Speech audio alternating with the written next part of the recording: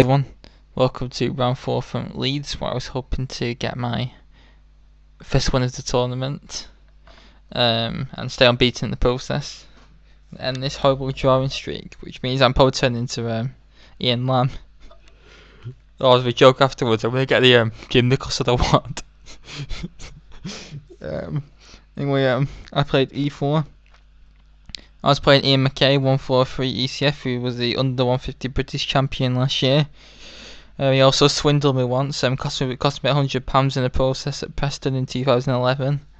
And I knew he played English as white, so I knew it'd be some dull opening, and sure enough, we got a Caracan.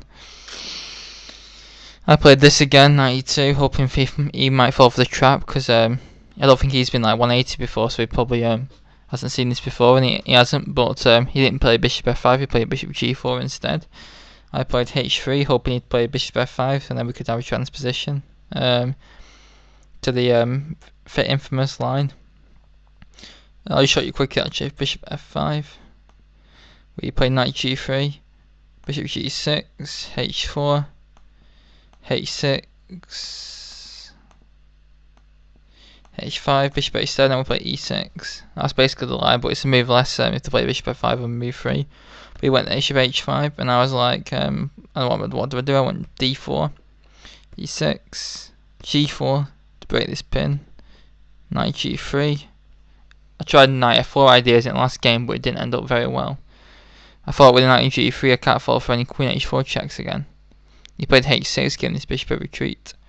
I was getting worried about queen h4 as well, blocking my king side, so I played h4 to stop that. c5, putting pressure on my centre.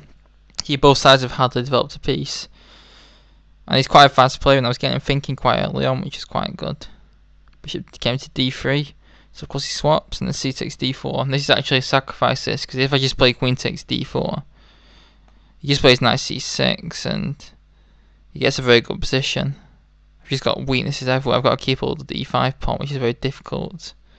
It's just not very nice. So I play f4 and gambit the pawn, because after knight c6 I've got no way really to win it back by force.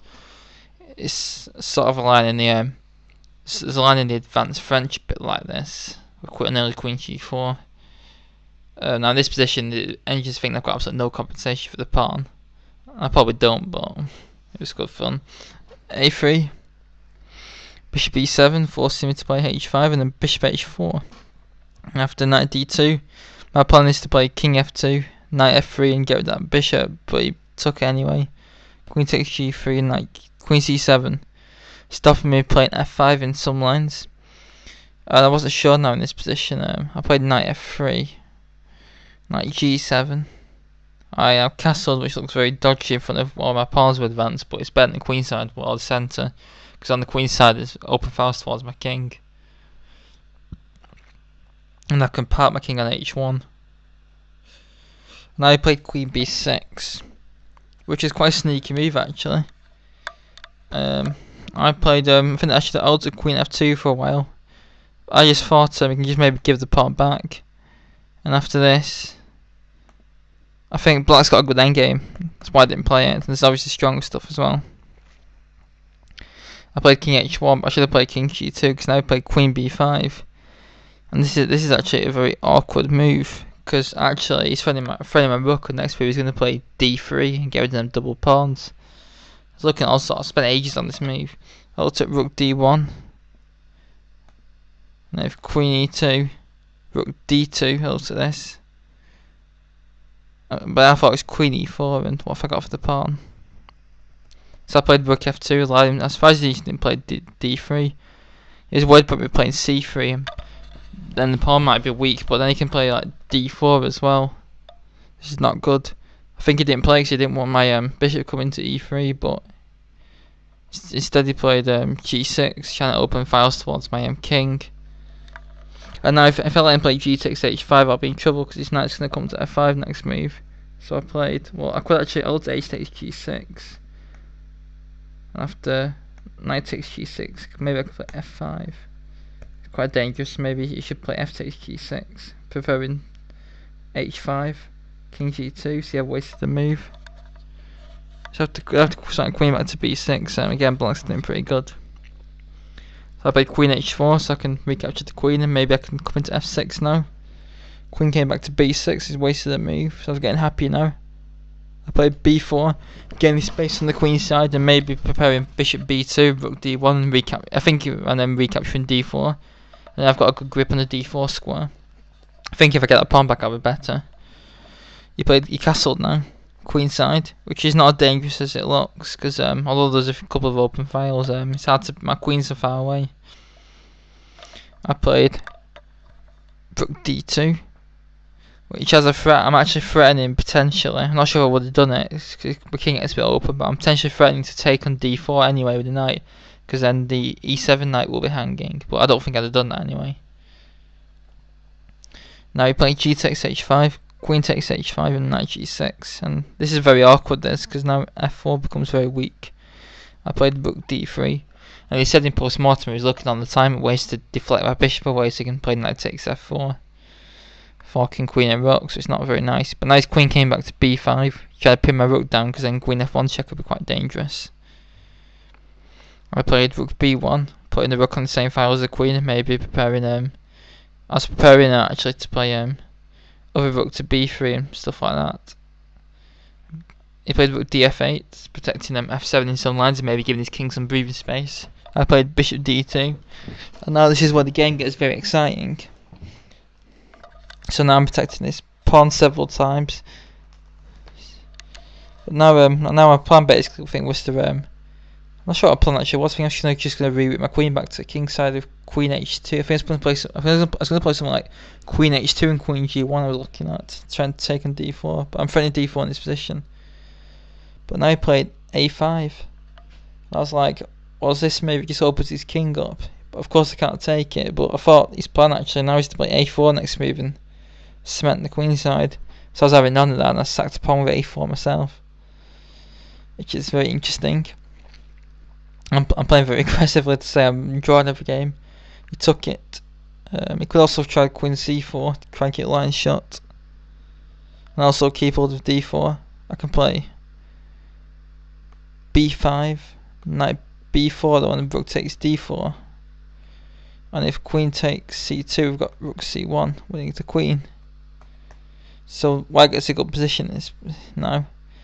It's the best move is like Queen A2, Rook C1, King B8, and then take the Knight, and then F5, very good. But we've also got to watch out for like Queen A3. So Rook F1, move the Knight, and then after Rook D3, we sack this pawn, Knight comes to D4. White has got a tremendous position. This is of course not all force, it's just a sample line. We took it. So now I've got open files. I played B takes A5, which is an inferior continuation. I should have flicked this in first. But I was worried about A takes B4, after Bishop takes B4, if Knight takes B4, we've got Rook takes B4, and now we possibly try this, and then we play Rook takes B7. But there isn't really much of a threat actually. After Rook D8, I'm not sure if I've better than a draw. My king's a bit open. I played B takes A5, just trying to open as many lines as possible, and I thought this was unplayable. It's actually quite good. I thought now I get a tempo on B7, and I was like, but actually I can just like BC. I can actually just play Queen E4. Now I can't take on B7, so I'm actually in trouble in this position because this Queen's actually got to play Rook E1. And then it looks quite strong. Well, if he wants, he can play Queen C2 and that would draw, but he can actually play this tactic. And now, if I take his queen, he takes my queen, and I'm actually losing. So I've got to try this. Then Queen C2, and after Knight takes D4, very tactical. This is getting all these pieces hanging. But now, if he finds Queen C4, Black's actually better. They played King C7, which was perfectly logical, intending to bring a Rook to B8 to stop it all, but he overestimated my threats on B7. I played Rook Db3, starting to get the upper hand now, and I played Rook B8, and now White to play and win. I'll pause the video if you want. I played the crushing move f5. Very nice. The point is I'm trying to get to f7. And there's potential pins now as kings on c7. You should have tried the immediate d3. So after f takes g6, it was like queen e4 to cause problems. After rook takes d3, f takes g6. But after queen h3, this is still pretty bad. White's a piece for a pawn up. But he played knight g takes c5, which is perfectly logical. But I played now the crushing move bishop f4. So of course now his knight is completely pinned. And now the catastrophe falls in every line. Of course, I'm just threatening to take his knight, and also threatening to take an f7 with check. He tried d3, which sets a nasty trap where potential trap where if I take everything on e5, he has queen e4 check at the end, and winning, but he's played queen takes f7 check, exploiting the pin. King d8, I used to play queen f6 check, king c7, and then I just take the knight with check. Everything just falls. I took at this. This is actually a quicker mate.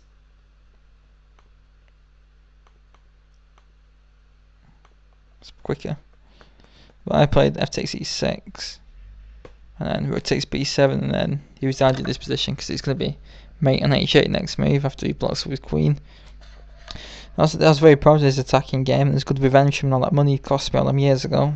Very nice. Actually one of my favourite games. This f5 a very nice find. And some nice sacrifices, potentially unsound ones, my pawns, but it was good to destroy the Caracan, and shows that 292 can cause new problems for black and avoids theory. But I hope you enjoyed this game, and it's nice to get my first win, and hopefully I can win the next game as well. Please leave any comments and thoughts. Thanks very much.